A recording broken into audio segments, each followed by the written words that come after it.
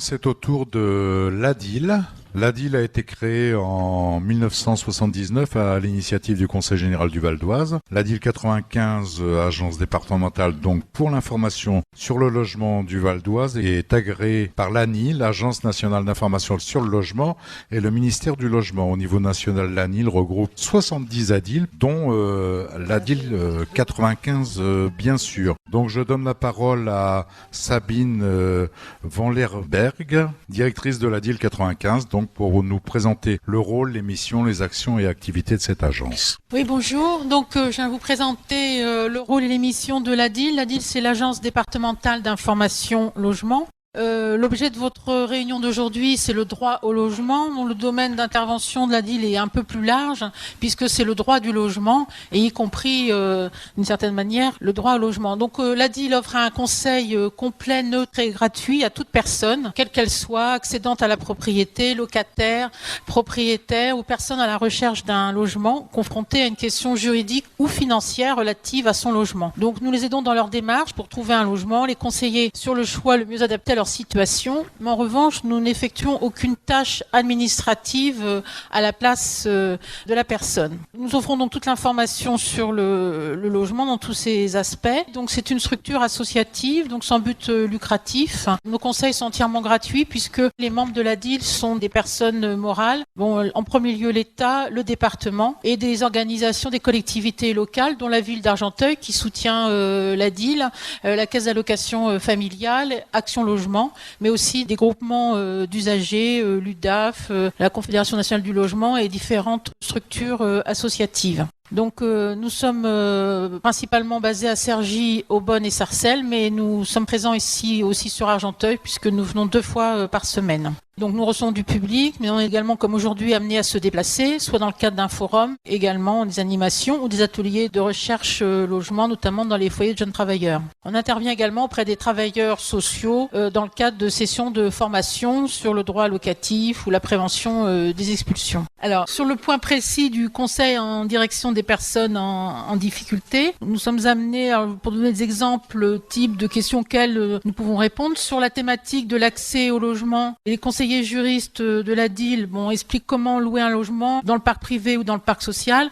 Monsieur Camilleri a évoqué tout ce système de filières, donc évidemment c'est des choses que nous sommes en mesure d'expliquer, les coordonnées des organismes HLM, comment faire, où déposer la demande. On ne constitue pas à la place d'une personne son dossier, mais on lui explique effectivement quelles sont toutes les pièces à fournir, les relations avec les professionnels, les relations avec les bailleurs, où trouver un bail, etc.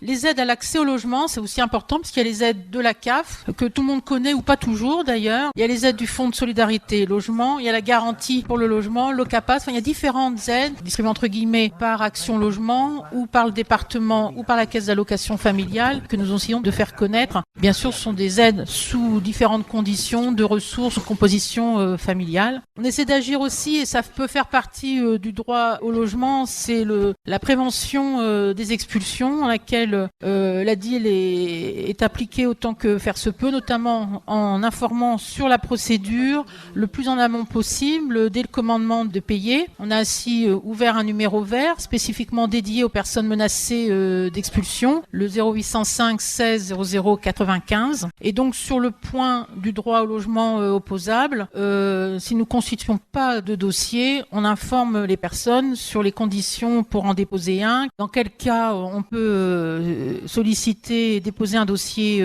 DALO, et puis surtout en rappelant aux gens quelles sont les démarches de droit commun, parce que la demande, le dépôt d'un recours au titre du droit au logement, un recours DALO, c'est pas une demande de logement, c'est la constatation que toutes les démarches ayant été faites, il n'a pas été possible d'obtenir ce logement. Donc on essaie d'informer autant que possible. Et puis il y a un certain nombre de cas qui ont été signalés tout à l'heure de personnes qui sont dans des logements insalubres ou qui sont pas destinés à être habités. Et là aussi, il y a d'autres types de recours sur lesquels il faut informer les personnes, même si ça les empêche pas parallèlement de déposer une demande de logement. Sur la procédure DALO elle-même, on est amené aussi à renseigner les personnes qui souhaitent faire soit un recours amiable, c'est-à-dire envers une décision négative de la commission de médiation, situation, mais également ce qu'on appelle le recours contentieux, c'est-à-dire qui ont été reconnus prioritaires et urgents et qui n'ont toujours pas d'offre de logement dans le délai imparti. Bon, tout à l'heure, on parlait du nombre élevé de demandes de logement ici dans le département et en Île-de-France. Bon, dans le département, au 31 décembre, c'était à près de 49 000 demandes de logement social. Par contre, je ne sais pas quelle est la proportion sur Argenteuil, mais ce que je sais, c'est que sur le département, il y a quand même la moitié qui proviennent de personnes qui sont déjà dans le parc social